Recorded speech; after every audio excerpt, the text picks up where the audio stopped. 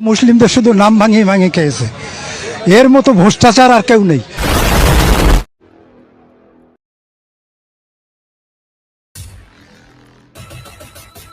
নমস্কার, আমি কৃষ্ণপদ অধিকারী। আমার ছোট্ট একটা ইউটিউব চ্যানেল আছে, চ্যানেল নাম বেনকার, ফেসবুক পেজ কৃষ্ণ কৃষ্ণ। প্রশ্ন আমি করব, উত্তর আপনাদের কাছে। কারণ আমরা সনাতনীরা, আমরা কোনো দল করি না, কোনো ধর্মকে ছোট করি না, কোনো ধর্মের আমরা বদনাম করি না। আমরা যদি কুম্ভ মেলা যাই, আপনার কেন গায়ে জ্বালা জানি না, কিন্তু ভারতবর্ষে যে সনাতনী একটা ঐতিহ্য জেগে উঠেছে, আপনাদের ভয় কোথায় জানি না। এই 50 কোটির উপরে লোক কুম্ভ মেলায় যেখানে স্নান করেছে, মহাকুম্ভ মেলায়, সেখানে আপনাদের আপত্তি কোথায় জানি না। কিন্তু বোকা আছে কিনা সমস্ত সনাতন ধর্মের লোকজন সেটাও জানি না। কিন্তু আপনাদের যে কথাবার্তা শুনলাম সোশ্যাল মিডিয়ায়, সবাই এসে যে কথাবার্তা বলছেন, সেই প্রতিবাদ জানানোর জন্য আমার এই ভিডিওটা। জানি না আপনাদের কাছে আমার ভিডিওটা কতটা গ্রহণযোগ্য হবে, সেটা আপনাদের ব্যক্তিগত ব্যাপার।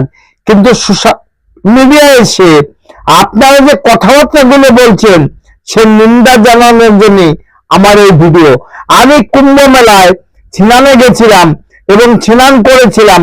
আমি স্বর্গলাভ পাবো না মর্তে থাকবো না নরকে থাকবো, সেটা হয়তো আমিও জানি না। কিন্তু কুম্ভ মেলা নিয়ে সমস্ত নেট দুনিয়ায় যে অপপ্রচার হচ্ছে, সনাতন ধর্মের পরে অপমান হচ্ছে, তার প্রতিবাদ জানানোর জন্য এই ভিডিও। দেখেন, বিজেপি সাম্প্রদায়িক দল, সেটা আমি মেনে নিতে পারি না। কারণ বিজেপি কোথায় আছে আর সাম্প্রদায়িক না, প্রমাণ করব এই ভিডিও। গোলাম কুদ্দুস তরফদার, কোথায় বাড়ি? বয়রাগাছি, 59 নম্বর বুথ, কোন কোন জায়গা সেটা? হাবড়া না? হাবড়া 4 নম্বর মন্ডল, পৃথিবী। একেবারেই। আজকে কাকে দেখতে এসেছিলেন? আমি দেখতে আসিনি, তো আমার লোকজন নিয়ে আমি এখানে যে মোদির যে প্রকল্প সবকা সাথ সবকা বিকাশ, তার এই প্রকল্প দেখে মাইনরিটিরা ঝুঁকে যেতে বাধ্য। দিদি তো এই পর্যন্ত মুসলিমদের শুধু নাম ভাঙিয়ে ভাঙিয়ে খেয়েছে, এর মতো ভ্রষ্টাচার আর কেউ নেই। শিক্ষাটা বরবাদ করে দিয়েছে। শিক্ষা না থাকলে দেশ চলবে? সাদা খাতা জমা, আমার 5-এর অঙ্ক করতে পারে না আমার স্কুলে মাস্টাররা। কি মাস্টার দিয়েছে? এরই জন্য, এই দুর্নীতির জন্য চেঞ্জ হয়েছে। একেবারেই বারবার তৃণমূলের তরফ থেকে তো বিজেপিকে সাম্প্রদায়িক দল বা হিন্দুত্ববাদী দল দাগিয়ে দেওয়া হয়। এটা এই বিভাজন দিদি সৃষ্টি করেছে। একেবারেই বাস্তব। একেবারেই মাইনরিটিরা ঝুঁকে গেছে। দিদিকে আমরা সিপিএমকে দেখেছি, আমরা কংগ্রেসকে দেখেছি। কংগ্রেস দাঙ্গাবাজ করেছে। 669টা ছোট বড় দাঙ্গা হয়েছে এই ইন্ডিয়ায়। 66 বছর কংগ্রেস থাকলো, 66 বছরের মধ্যে সব মুসলমানের উপরে অত্যাচার। সিএ বা এনআরসি নিয়ে সবচেয়ে বেশি বলা হচ্ছে যে জেলে ঢোকানো হবে, বা আসামে যদি এনআরসি হচ্ছে সেখানেও নাকি বাঙালি যারা হিন্দু রয়েছে বা তাদেরকে জেলে ঢোকানো হয়। তো এই এনআরসি বা সিএ যে ইস্যু, তাতে কি মুসলিম ভোটাররা তারা কি ভাবছে? সিএ হওয়ার খুব প্রয়োজন, সিএ হওয়ার খুবই প্রয়োজন। কারণ কমপক্ষে এখানে 35 কোটি মানুষের ওপর মানুষ বাইরের মানুষ, সিএ হবে না মানে? সঠিক মানুষের সঠিক কথা।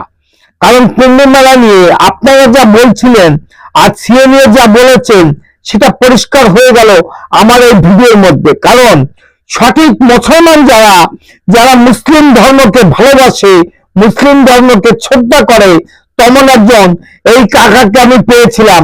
তার জন্য এই কাকাকে নিয়ে একটা ভিডিও করতে আমি বাধ্য হলাম। কারণ সমস্ত ভারতবর্ষ জুড়ে যে অরাজক হচ্ছে, যে মানুষের প্রতি অত্যাচার, মিথ্যাচার করা হচ্ছে, এই কাকা পরিষ্কার করে দিল।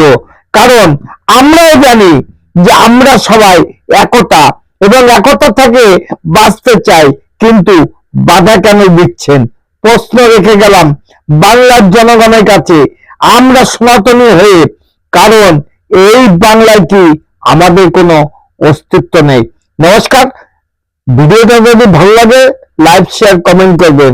আমার চ্যানেল নাম বেনকার, ফেসবুক পেজ কৃষ্ণ কৃষ্ণ। নমস্কার। টাটা। Madam. When sorry.